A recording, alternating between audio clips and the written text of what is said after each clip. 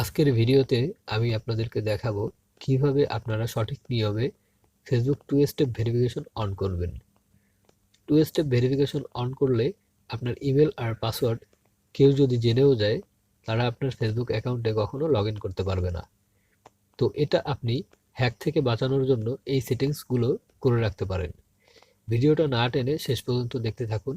আর আমাদের চ্যানেলে যারা নতুন এসেছেন, তারা চ্যানেলটাকে সাবস্ক্রাইব করে অবশ্যই বেল আইকন প্রেস করবেন।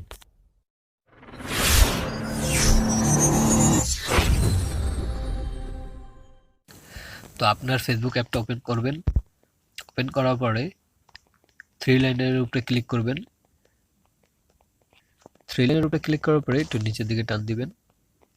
টান দেওয়ার পরে সেটিং অ্যান্ড প্রাইভেসি এটার উপরে ক্লিক করবেন। এরপর সেটিং এর উপরে ক্লিক করবেন।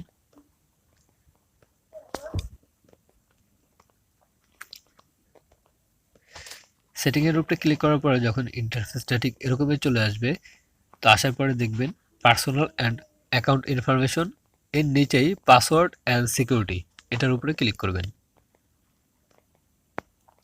এটার উপরে ক্লিক করার পরে একটু নিচের দিকে টান দিবেন। টান দেওয়ার পরে দেখবেন ইউজ টু ফ্যাক্টর এটার উপরে ক্লিক করবেন।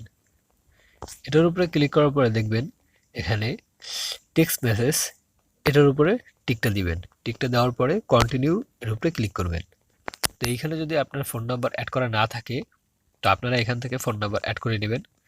তো এরপরে কন্টিনিউর উপরে ক্লিক করবেন। এখানে আমার কোডটা চলে আসলে আমি এই কোডটা এখানে দিয়ে দিব।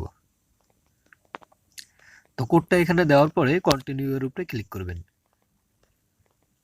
তো এরপরে ডান এর উপরে ক্লিক করবেন।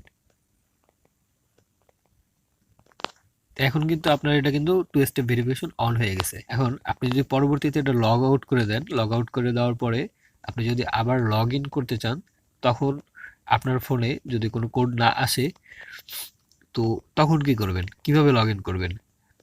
তো এই কারণে আপনারা আগে থেকেই এই রিকভারি কোডটা এখান থেকে নিয়ে নেবেন। তো রিকভারি কোডের উপরে ক্লিক করার পরে এই যে যতগুলো কোড আছে, তখন যদি আপনার কোনো কোড না আসে, এই কোডগুলো আপনি দিয়ে দিয়ে আপনি লগ ইন করতে পারবেন। থেকে কোডগুলো কপি করে যে কোনো এক জায়গায় রেখে দিবেন। আর ফেসবুকে কোনো নাম থাকবে না, ব্ল্যাঙ্ক আইডি।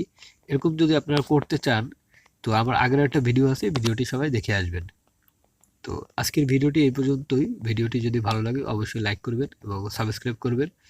আর যদি কোনো মতামত থাকে তাহলে কমেন্ট বক্সে জানাবেন। আর এই ভিডিওটা আপনার বন্ধুদের মাঝে শেয়ার করবেন। ধন্যবাদ বন্ধুরা।